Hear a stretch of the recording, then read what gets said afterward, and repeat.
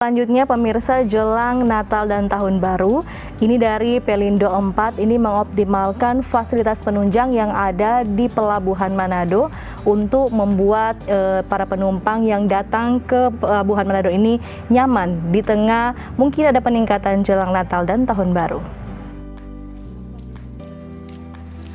Menjelang perayaan Natal dan menyambut Tahun Baru, Pelindo 4 Manado mulai melakukan persiapan fasilitas penunjang di Pelabuhan Manado.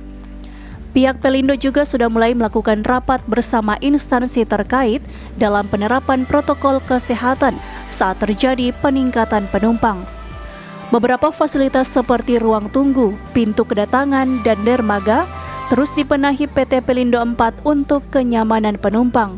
Menjelang Natal ini kita persiapan sudah mulai dari awal November dengan koordinasi dengan pihak SOP sendiri yang mengkoordinir semua kegiatan kita, termasuk dengan KKP itu sendiri, kantor karantina kesehatan.